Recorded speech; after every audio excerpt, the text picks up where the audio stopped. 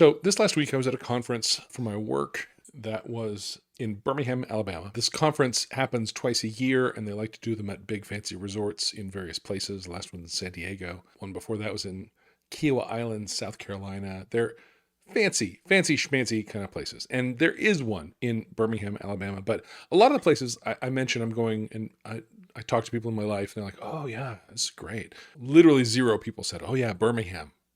Cool town. It turns out it kind of is. There's some stuff going on there, but maybe under the radar. Maybe people don't. My history with Birmingham's complicated. I think that's true of a lot of people's history with Birmingham. I think if you look at Birmingham historically, it's complicated. I wasn't trying to go there. Yeah, Oh, I wow. was talking specifically about gigging there. Oh, all right. Yeah, not try to have civil rights. Yeah, let's not. No, That's a different podcast. A whole different thing. Yeah. I was just like weird clubs and bad gig nights, but also some fun ones. But anyway, all right. Notwithstanding, Birmingham's weird. Birmingham. So there's a party on the Wednesday night of this conference that's hosted by a few companies that are part of our industry, and the plan here is a guy who is very prominent in the industry, who has a band and lives in the area. Actually, lives in a lot of his players are from Muscle Shoals. Nice.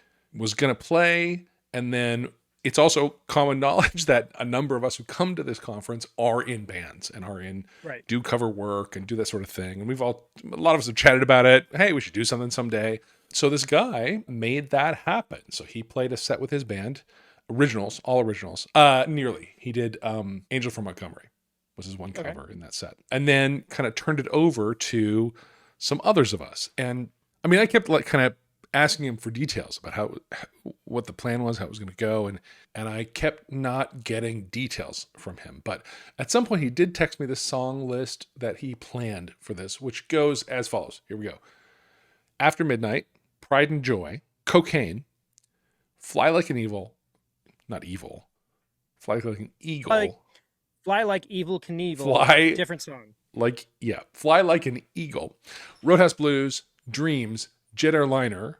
This dude really likes Steve Miller. Super into Steve Miller. That was notable. And then he had invited a colleague of mine in my company to come up and sing Dreams. She was out of there early. She had something else to do. So she had flown on a jet airliner home earlier that day.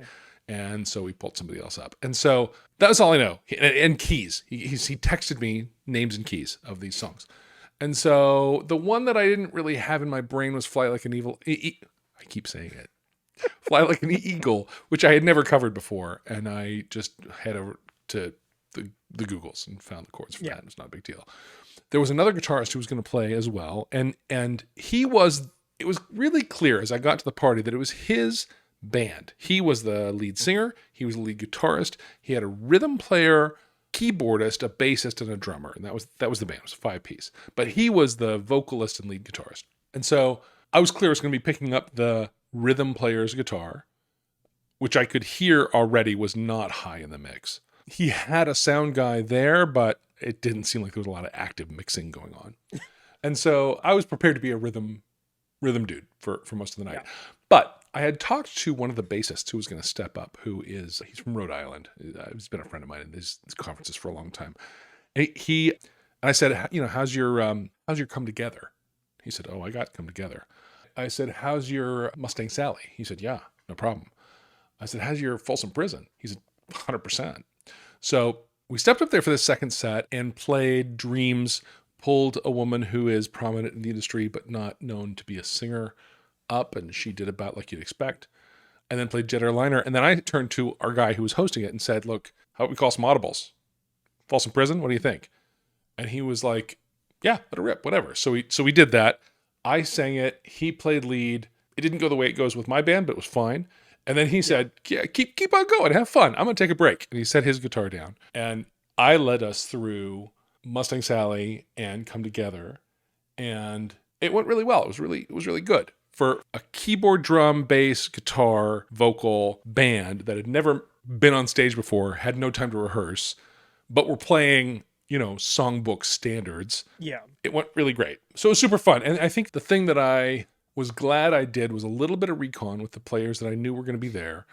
The drummer, who I'd never met before, was able to intuit where I was headed with stuff in a way that really only the very, very best drummers can do. I was really impressed with that dude. No misses at all. No feel that he was lost or didn't know where we were headed. Just right on track with everything we were doing. And the keyboard coming in to fill in the stuff. And highlight of the night and the video that's been posted around most out of all of it is the CEO of the organization who hosted this conference singing Superstition. Nice. And it was good. He was good. The band was good. The whole thing came off really, really well, and we all looked great. So, sometimes when you prep for a gig, you have no idea what's going to happen. Things work out just because everybody's professional, which was really how this one went. And if you can't count on that, at least you can be prepared yourself. At least you can know the songs. At least you can know the shape of things. There is no amount of preparation that can replace being heads up on stage and having big ears and being connected with people and understanding whoever it is that thinks they're leading the song right now thinks they're heading us toward, a big close. Mm-hmm. So that's what's happening now. I know not to fight that. Overall, it was a super fun time, and it was kind of iconic. I think we're probably going to do it at these shows more. I will probably offer to be the one leading it in the future. So, yeah, it's a good time. Yeah, so, it's cool when you have an opportunity to do a pickup gig where ultimately the stakes were low. It wasn't meant to be a big serious thing. Right. It was more of a, hey, here's an opportunity to kind of let some steam off and let people who do a thing that they normally aren't doing in a professional sense, let them do that in front of their professional people. Right. And if the people at the conference knowing that we can do this too, that's neat. But the stakes are low. Who cares ultimately? Yeah. Well, that is great. Now, the issue is that sometimes the stakes are not low. True.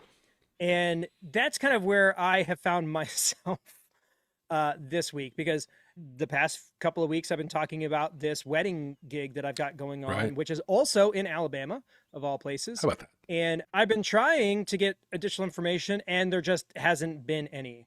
So we are less than 7 days out.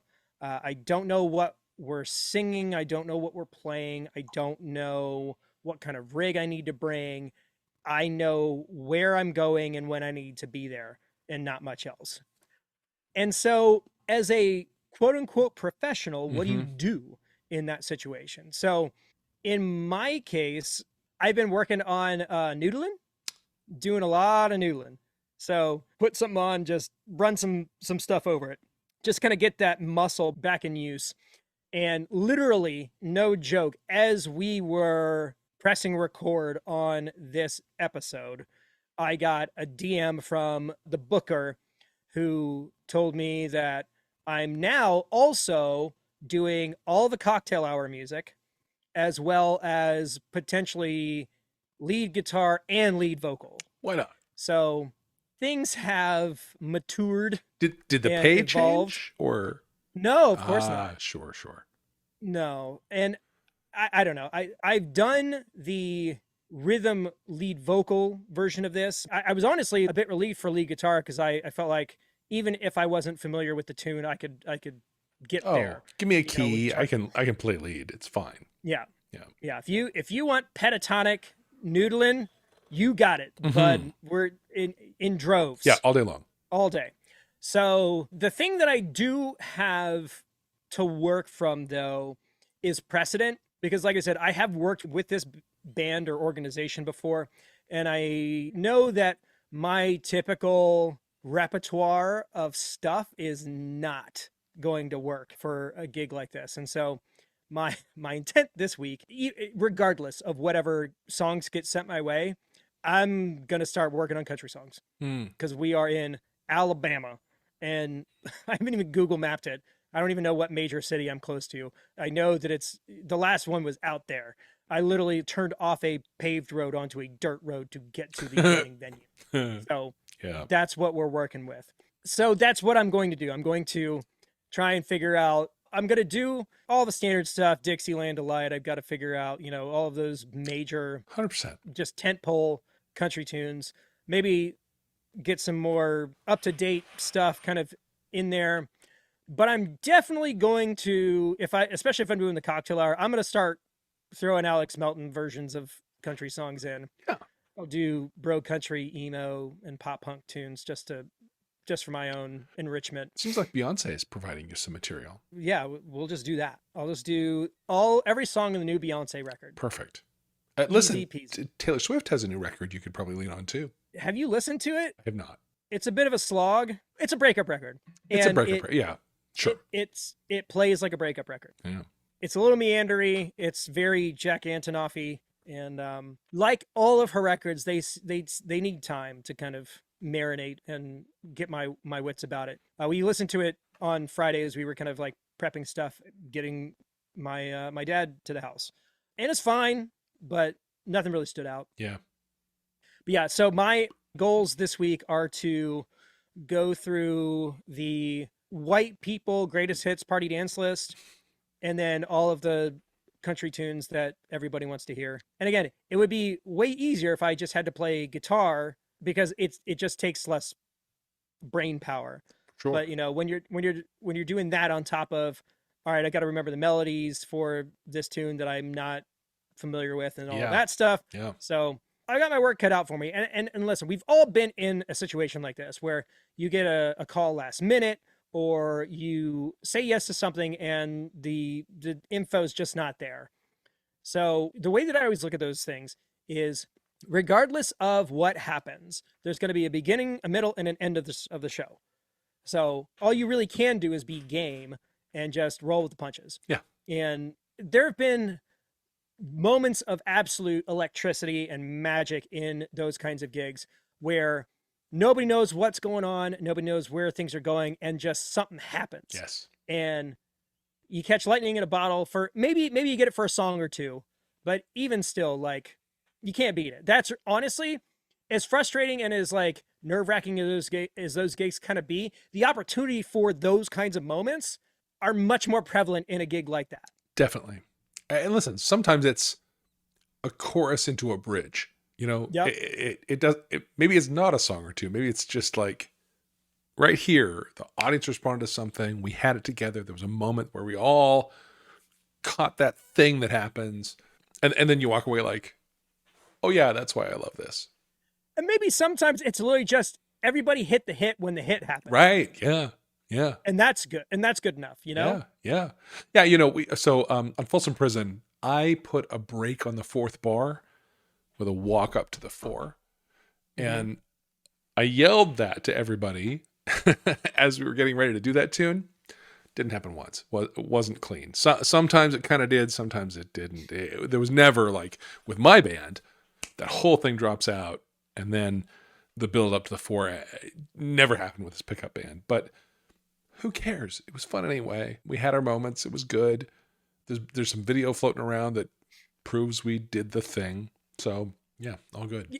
If you are in a situation like that, or you're staring down the barrel of something, just do what you can. And also just like cut yourself a break, because the things that you care about, the audience doesn't care about.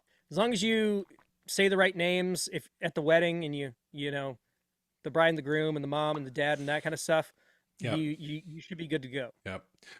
The woman who kept sing Dreams, I exercised my live acoustic karaoke muscle to get her through that. And then when she posted about it later, she thanked the guy who hosted, the guy who was on bass, who's fairly prominent in the industry, and the guy who's on drums. Didn't mention me. Even though you're the one carrying the whole I carried her through that whole thing. But maybe whatever, it's fine. She thought that you were stepping on her toes. Well, that could be. You weren't letting her shine. She is known to be sort of a, I talk straight. I'm a straight shooter, and you can't keep me quiet. She's a high energy character in the space. And the fact that I would know her and she would not know me would not be unusual for her. So yeah, fine. It's all fine. We know, you and I and people listening know who got her through that song. So it's fine. Right. It's fine. Well, that's great, man. I mean, the electricity is the reason why we do this in the first place. 100%. So even when things aren't great, they can still be awesome. Yep. So yeah. Yep. That's what I'm dealing with. So cool. I do know, did I bring this up? Oh yeah. The last time where we were doing a thing where like, hey, don't use Ultimate Guitar for your charts, because if you need them, they will not work for you. Yep. So I will be putting the charts into Band Helper and For sure. you know, saving everything locally, because Yeah. I can't afford to Don't not go have live over the internet for your charts. Bad idea. it. Lesson learned. Yeah. Well, if you've been in the same situation and you have any tips or tricks or even just stories about that, let us know. coverbeingconfidential@gmail.com. Let us know in the comments on the YouTube version of this episode. But that's it. So next week, definitely have some stuff to talk about, because the gig will have been done by then. And yeah, we can just decompress. Yeah. Eager to hear.